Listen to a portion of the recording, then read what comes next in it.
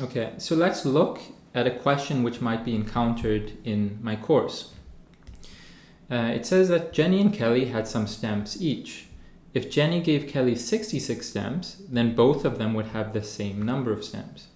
If Kelly gave Jenny 6 stamps, then the number of stamps that Jenny would have to the number of stamps Kelly would have would be in the ratio of 5 to 1.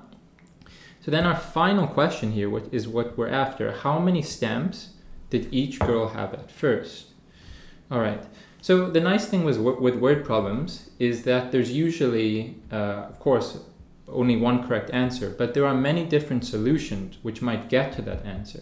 And the solutions we use depend on the kind of question we're given, but it also depends on the student. Some students naturally are more visual thinkers, and others like to think in a more theoretical sense in terms of something like equations. So what I'll do is I'll give one or two solutions, and we'll see that one of them might be more efficient than the other, but in the end both of them are very valid ways which lead to the same answer, same correct answer. So I'll start thinking about this more in a visual sense using diagrams. Color always helps, so I'll give Jenny the color blue and maybe Kelly red. So if I'm making this a diagram, right, my goal is to translate the sentence into something which made maybe verbally not as much sense into something which makes visually sense. So let's use blocks. I'll say that the number of stamps that Jenny initially had can be represented by a diagram.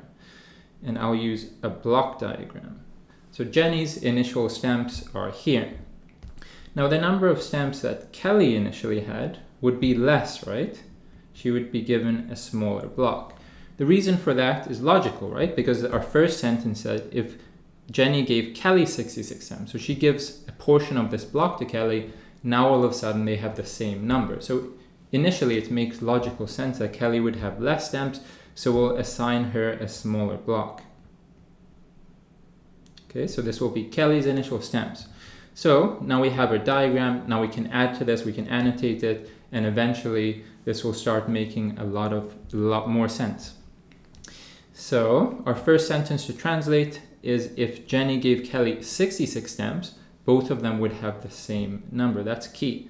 So Jenny gives Kelly 66 stamps. These are from Jenny. So again, a portion of the block will move to Kelly, and now they'll have the same number, right? So their bars will be the same length.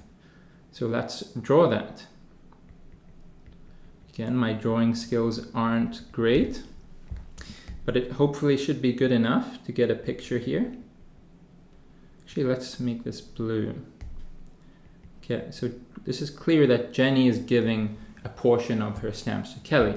And once that happens, right, the blocks are the same length. Okay, so it's important to start making sense of we want to understand these length of the block in terms of numbers, right? So this small block here that was given to Kelly from Jenny is 66. That represents 66 stamps. Great, and we can't lose sight of what we're doing, right? Our final answer needs to be basically what the length of this bar is, right? Because the length of those bars represents the number they had at first. So that's my final goal. Okay, so I've done a good job at the first sentence. Now on to the next one. So now another case. If Kelly gives Jenny 6 stamps, so now Kelly is giving from her bar to Jenny, right? But a smaller amount. So now Kelly is giving Jenny 6 stamps. Then the number of stamps would be in the ratio of 5 to 1. Okay, so we'll get into the ratio in just a moment. But again, let's just visually represent this. So 6 is clearly smaller than 66. So the amount that Kelly gives would be smaller, right? She's giving this 6. And when that's transferred to Jenny, it says that the ratio, this should actually be added onto the bar. There we go, that makes more sense. Okay, then the ratio would be in 5 to 1, which means that Jenny now has 5 times as many stamps. So what can help is if we think about this in terms of units. 5 times means that if we say that this here represents 1 unit, then Jenny will have 5 times that, right? So she will have 5 units, right? That should make sense. Okay, so again, we can annotate this to make sense of that. We're now translating the ratio statement into something which makes visual sense, which agrees with our diagram model. So if that were to happen, the length of this bar, I can say is 1 unit. I'll just say 1U. So that means the length of Jenny's bar, right, this whole bar here from here to here, will be 5 units. 5 units, I'll say 5U. Okay, so what we're doing here is we need to figure out what 1 unit is equal to, because 1 unit is very close to how many stamps Kelly had at the beginning, right? She has 1 unit plus 6. Jenny, on the other hand, has 5 units minus 6. So we can figure out the value of 1 unit. We basically will have our final answer. Great, so the final piece of the puzzle then, well, if this is 5 units and this is 1 unit, one piece of information I can add to this is that this length here must be 4 units, because 1 unit plus 4 units must be the length of 5 units. So I will also add that this length here, from here to here, is 4 units.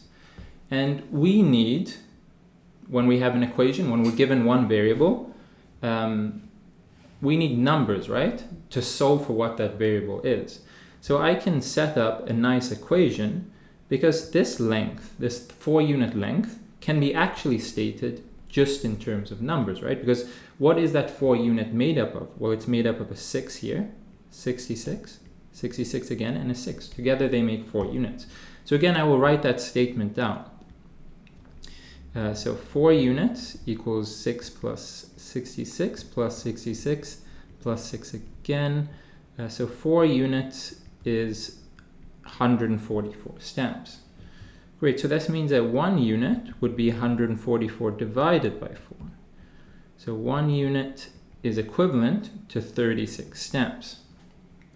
Great, and now, remember, if we have our value of the unit, we're almost there, but not quite. And that's because we have to now think about Kelly and Jenny's number in terms of the units. So the number of stamps that Kelly has, she has 1 unit plus 6, right? She has this initial bar is the length of what we defined as 1 unit plus the 6 here. Great, so she has 36, the value of 1 unit, plus 6, which is 42. And the number of stamps then that Jenny has, well, she has 5 units minus 6. Right, this whole length here is 5 units, but she doesn't have quite 5 units, because this small red square added on makes 5 units, right? So she has 5 units minus 6, which is equivalent to 36 times 5, right? 5 units, and then minus 6 would be 174, yeah, 174. So there you go. That is the first method, which allowed me to get my final answer. And if I were to write this very properly, I would say in a sentence statement, Kelly started with 42 stamps, whereas Jenny started with 174 stamps.